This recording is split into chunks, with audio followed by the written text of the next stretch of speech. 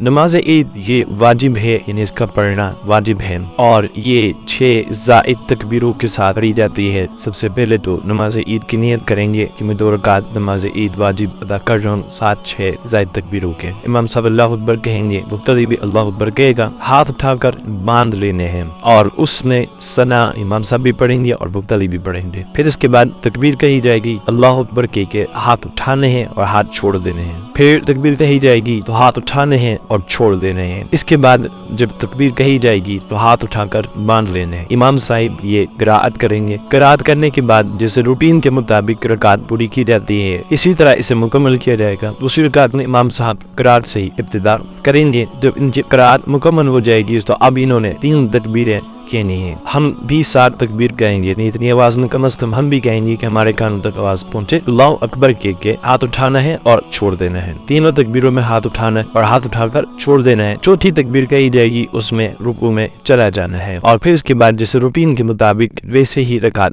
پوری کی جائے گی۔ یہ نماز عید کا طریقہ کار ہے۔